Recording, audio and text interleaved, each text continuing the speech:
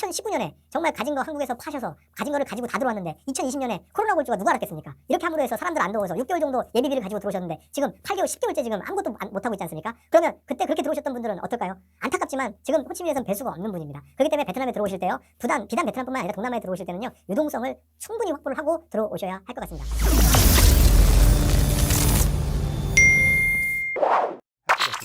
그리고 또 한 가지는요.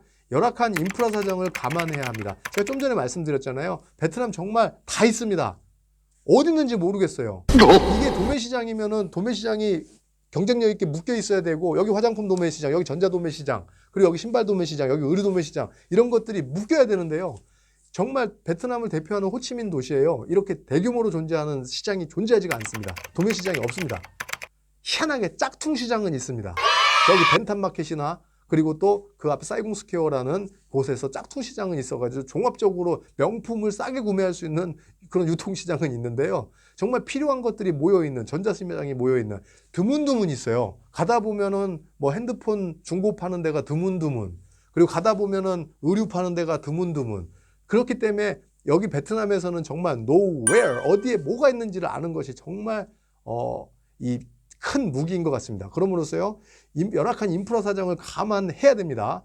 중국하고는 틀려요. 중국은 모든 게 다 그 나라에서 수급이 되지만 베트남은 힘듭니다. 물론 유통으로 중국에서 넘어오는 길이 있지만요. 그것 때문에 어려움이 될 수가 있으니까 정말 조심하셔야 됩니다. 그리고 전력. 가장 중요한 게 전력인데요. 요즘에 전력이 많이 딸려서 정전도 많이 되고 공단 지역은 좀 덜하지만 비공단 지역 같은 경우는 정전이 되는 사례들이 여름에 많습니다. 그렇기 때문에 지금 베트남에서도요, 태양광도 많이 장려를 하고 있고요. 여러 가지 지금 수력 발전에 주로 의존을 하고 있는 베트남이지만 여러 가지 발전 형태를 고려하고 있는 것들이 그렇습니다. 공단이 점점 늘어나면요, 이 전력난을 어떻게 해결할지 저도 좀 궁금합니다. 그렇기 때문에요, 가장 중요한 인프라, 전력 문제를 반드시 살피셔가지고 공장을 하시는 분들은 들어오셔야 됩니다. 한참 때 한국 사람들이 많이 들어왔잖아요. 한국 회사들이 많이 들어와서 2015년부터 진짜 물밀들이 들어왔잖아요.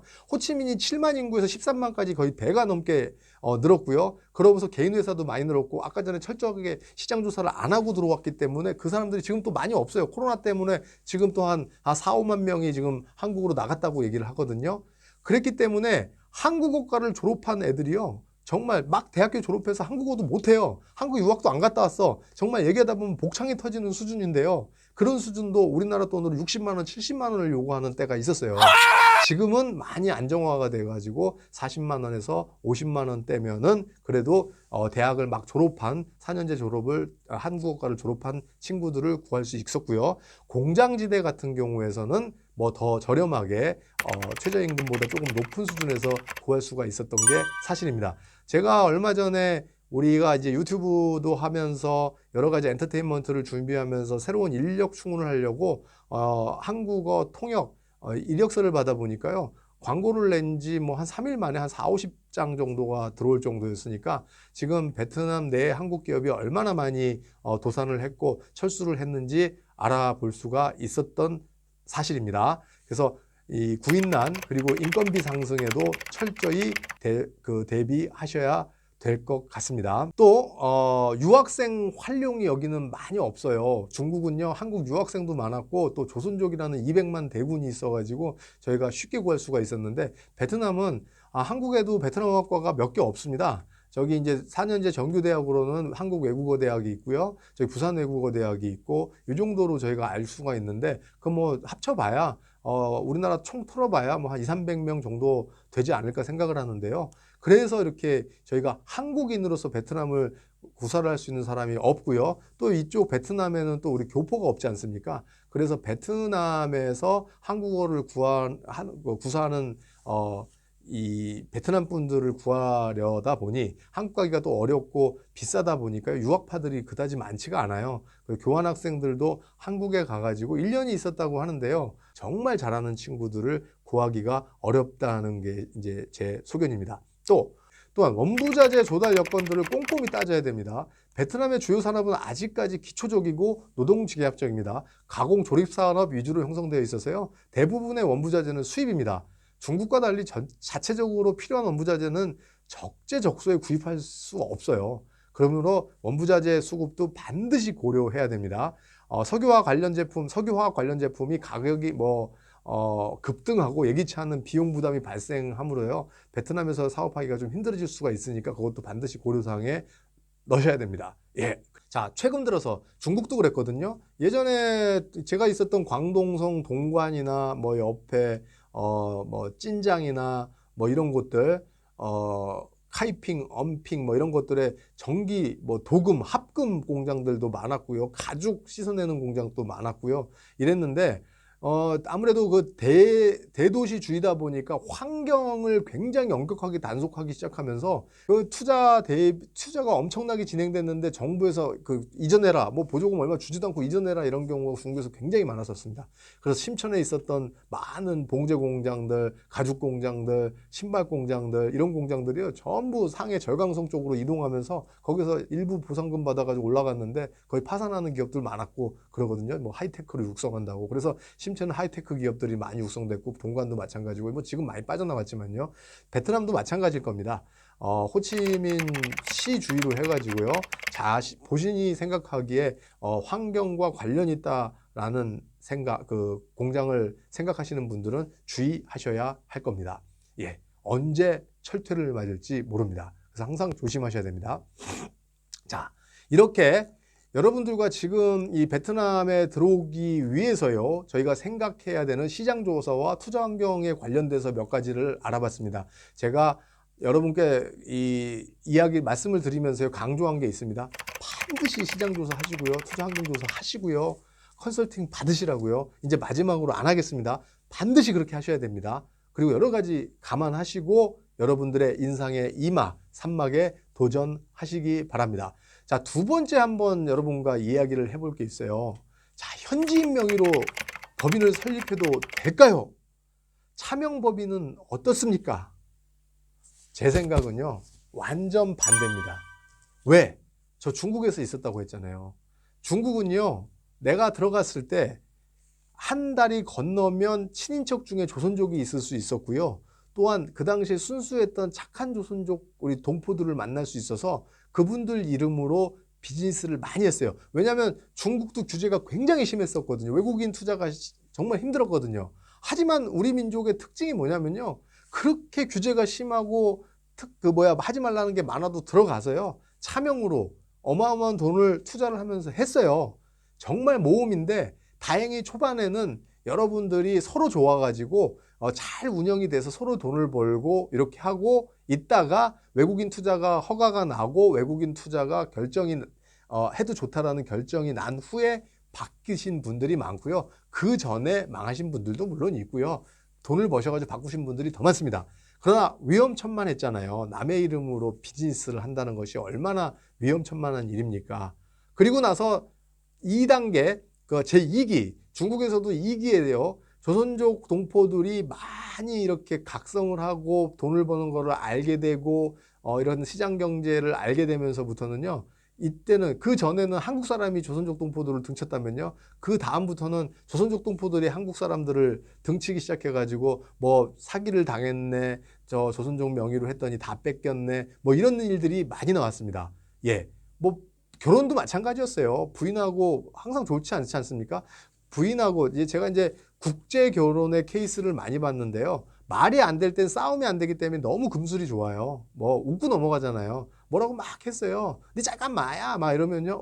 무슨 소리 모르니까 하오 이거 넘어간단 말이에요. 그래서 금술이 좋아 보이고 그때 이제 돈을 많이 벌다가 우리 그 와이프 명으로 하다가 금술이 좋다가 부부관계가 그런 거 아니겠습니까? 좋다가도 나쁘고 좋고 이렇게 해야 되는데 뭐 이게 말이 안 되다 보니까 계속 좋다가 어느 정도 남자가 말이 되기 시작하면서부터 싸우기 시작해요. 그러면서부터 이제 조그만 것 때문에 싸우기 시작하고 다 뺏기고 나오는 제가 선배들도 많이 봤는데요. 베트남도 마찬가지입니다. 여러분들이 들어와가지고요. 저는 놀란 게 정말 한 번도 본 적이 없는 사람 명의, 직원 명의로 막 비즈니스를 펼치세요. 정말 이게 투자가 되는 투자산업 같은 경우, 장치산업 같은 경우는 정말 제가 말리고 싶은데 그렇게 하시는 분들이 많았고요. 식당도 마찬가지로 종업원 명의로 했고요. 종업원 분들하고 아까 말씀드렸듯이 초기 조선족 동포분들하고 비슷하게 순진하기 때문에 우리 주인 어른이 아저씨가 200만 동, 400만 동씩 주는 걸로 해가지고 이렇게 넘어가는 분들이 많은데요. 혹시 그분들이 욕심을 내거나 혹은 그분들이 불의의 사고를 당하거나 그렇게 되면은 차명으로 투자한 것들이 전부 물거품, 거품으로 사라지게 되므로 저희가 차명 투자는요 절대 안 했으면 좋겠다고 생각을 합니다. 자, 그러면은요, 여러분들이 이렇게 다 알고 있지만 왜 차명으로 사업을 하는지 제가 다 알고 있어요. 저도 많이 고민을 했던 사항이니까요. 앞서 설명과 같이 외국인 투자 설립을 하는데 생각보다 고려할 사항이 많고요. 시간과 비용이 많이 지출이 돼요. 비용 면에서 업종별, 업체별, 편차가 굉장히 크고요. 사업 규모와 관계없이 순수 대행료만 미화 만불을 넘어가는 경우가 굉장히 많습니다. 흔한 일이에요. 거기다가 서비스 업종의 경우에요. 조건이 좀 까다로워요. 설립이 완료될 까지 6개월 이상 걸리는 경우도 많고요. 그러므로 해서 임대료나 기회비용이 많이 업설되게 보니까 이게 매몰 비용이거든요. 따 보니까 사람들이 차명을 많이 하는 거거든요. 이런 이유로 베트남 명의로 빌려 법인을 설립해서 운영을 하는데요. 먼저 베트남인으로 설립하고 추후에 대안으로 먼저 베트남 이름으로 설립하고 차후에 빠르게 이 지분을 가지고 와가지고 전체 지분을 가지고 오거나 일부 지분을 가지고 와가지고 그 베트남 외국 합작 기업이나 아니면은 투자 기업으로 변하는 면이 있는데요. 이 방법이 그래도 그나마 안전하긴 하지만 그래도 그 일단 시간 동안에 차명으로 들어가 있기 때문에 막대한 설비가 투자되는 거거나 그 장치가 투자되는 거는 조금 고려를 한번 해 보셔야 되는 거고요. 무역회사나 학원이나 이런 거 같은 경우는 이렇게 교육업이나 이런 거 같은 경우는 여러 제약이 있지만 차명으로 해도 책상 하나 치워버리는 경우니까 만약에 예를 들어 가지고 크게 돈이 굴러가지 않는 한도 내에서는 한번 생각해 보실 수 있다고 생각합니다. 이건 하라는 게 아닙니다. 보실 수 있다고 생각을 합니다. 그래서 제가 이제 그 베트남 변호사들하고 한국 변호사들에게 이렇게 자문을 해보니까요. 차명법인은요, 그 자체가 불법이기 때문에 법으로 나는 쟤네하고 계약을 해놨어, 이명 계약을 해놔서 안전해, 이거 다 보호받을 수 없어요. 마음만 먹으면 다 가지고 갈 수가 있는 거니까요. 저기를 조심하시고요. 좀 어렵지만요, 여러분 명의로, 여러분 회사 명의로 처음부터 철저하게 사업을 펼쳐 나가시는 것이요, 정말 사상 누각이 아닌 땅 다지고 들어가는 겁니다. 저는 여러분께 감히 말씀드리겠습니다. 차명으로 하지 마시고요. 의외로 베트남 컨설팅을 받아보면은요, 외국인이 할 수 있는 분야가 많이 개방되어 있습니다. 차명으로 하지 마시고요.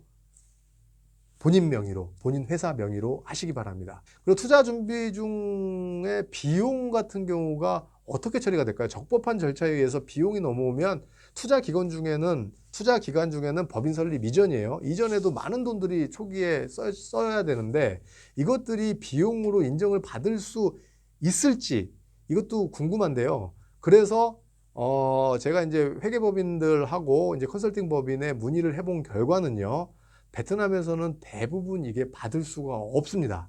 받을 수가 없기 때문에요. 철저하게 처음에 들어오셨을 때 그 비용들을 인정받기 위해서는요, 또 회계법인이나 여러분들이 잘 아시는 회계법인이나 코트라나 그리고 컨설팅 법인에 자문을 구하셔가지고요, 철저한 계획 하에 들어오시기를 바랍니다. 다시 말씀드리면요, 설립 준비 비용은요, 궁극적으로 신규 법인의 비용으로 인정받기가 많이 어렵습니다. 그거 아시기 바랍니다. 그리고 미리 진출한 보증금, 계약금은 자본금으로 인정하는 방법이 존재합니다. 이런 것 같은 경우를 좀 자문을 받으시기 바랍니다. 비용 처리와 별개로 미리 지출한 금액을 자본금으로 인정하는 방법이 있는데요. 모든 항목이 인정되는 것은 아니고요. 실무적으로는 통상 설립된 법인을 위해 지출한 보증금, 토지 사용권 구매에 대한 계약금들 일부 항목의 하나니까요. 베트남 내 금융기관에 미리 여객계좌를 개설하시고요. 이를 통해 지출한 경우에만 자본금이 인정된다는 것을 아시면 될 것 같습니다. 각 요건에 다 충족돼야 되니까요. 그 과정을 증빙할 수 있는 게 단계적으로 필요해요. 그러니까 회계법인이나 은행에 가셔가지고 잘 자문을 한번 구해 보시기 바랍니다. 제가 오늘 여러분께 말씀을 드리는 거는요, 정말 경험에 의해서 진짜 사상 누각이 되지 말고 힘들더라도 차곡차곡 다지고 가시라는 말씀을 드리고 있는 거예요. 그러니까 여러분들께서 조금 지루하시더라도 좀 들어주셨으면 좋겠어요. 그리고 자, 그럼 어떤 형태로 베트남에 진출하느냐 이거예요. 법인이 있고요, 지점이 있고요, 대표사무소가 있고요, PMO가 있고요, 여러 가지 형태가 존재를 하는데 과연 그게 뭐냐고요. 외국인이 베트남 내 진출할 수 있는 법적인 형태로는요, 법인격체, 법인 뭐 가장 많이 쓰는 거고요. 지점, 뭐 지점은 은행이나 저쪽 뭐 아시아나 항공이나 대한항공 같이 이런 이제 항공사나 은행 같은데 이제 그 금융기관에 이제 특수하게 허가되어 있는 이제 원칙이고요. 지점이고요. 대표사무소 같은 경우는 법인격체가 아니기 때문에 영업활동을 할 수가 없어요. 뭐 자료 수집이나 뭐 여러 가지 기초조사할 때 필요한 거고요. 이제 건설 위해서 큰 프로젝트성 건설을 위해서 들어오는 회사들을 위해서 뭐 프로젝트 오피스라고 해서 뭐 PMO라는 이런 그 사무소도 존재를 하게 됩니다. 자, 대표사무소 설립이 이제 그 쉽다고 말씀을 드렸잖아요. 왜? 영업활동을 할 수 없어요. 그렇죠? 그렇기 때문에 시장조사하고 판촉 본사와 연락 역할 정도만 하기 때문에 법인 전 단계가 존재할 때 법인 대표사무소를 하게 됩니다. 제가 알기로는 호치민에도 아마 정관장이 아마 그렇게 나온 걸로 알고 있고요. 그리고 한화 뭐 이런 업체들이 대표사무소로 나왔다가 한화 같은 경우는 이제 최근에 법인으로 전환한 케이스가 됩니다. 자, 대표사무소는 계약을 못 해요. 그래서 한국에 있는 본사와 여기에 있는 계약 주체와 계약을 해야 되니까 좀 복잡하더라도요. 그게 맞는 거니까요. 그걸 잘 아시고 대표사무소를 설립하시기 바랍니다. 그리고 대표사무소가 법인으로 이렇게 전환을 할 수 있는지 안 됩니다. 이 대표사무소를 청산을 하셔야 되고요. 청산법에 의해서 청산을 하셔야 되고요. 새로 법인을 만들어야 되기 때문에 어차피 법인을 그 설립을 할 의지가 있다면 처음부터 법인 설립 세팅을 하시는 게 맞고요. 정말 시장 조사를 철저하게 한번 해볼 그 의향이다 생각하면 대표사무소로 갔다가 법인 설립을 하는 것도 크게 나쁘지는 않다고 생각합니다. 예. 자, 법인 설립 후에 여러 가지 이제 후속 절차를 이행해야 되는 것들이 있는데요. 자, 우리가 이제 법인을 가지고 얘기를 하겠습니다. 왜냐하면 회사가 베트남에 들어올 때 법인과 대표사무소가 가장 일반적이라고 말씀드렸죠. 예, 우리가 가장 쉽게 접할 수 있는 것이 법인이기 때문에요. 법인 설립 이후 후속 절차 이행에 대해서 알아보도록 하겠습니다.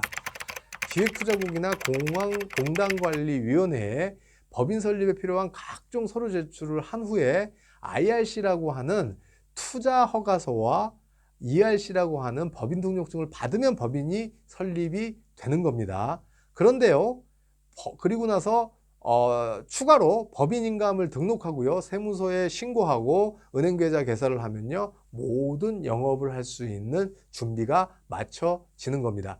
이게 뭐 법인 설립을 할 때 서류라든지 비용이라든지 같은 경우는요, 제가 이 다음 시간에 이제 관련되는 분을 한번 모셔볼 생각을 하고 있어요. 짤막하지만 지금은 이제 개황 시간이니까요, 총괄 시간이니까 여러분께서 이 정도만 알아두시면 좋을 것 같습니다.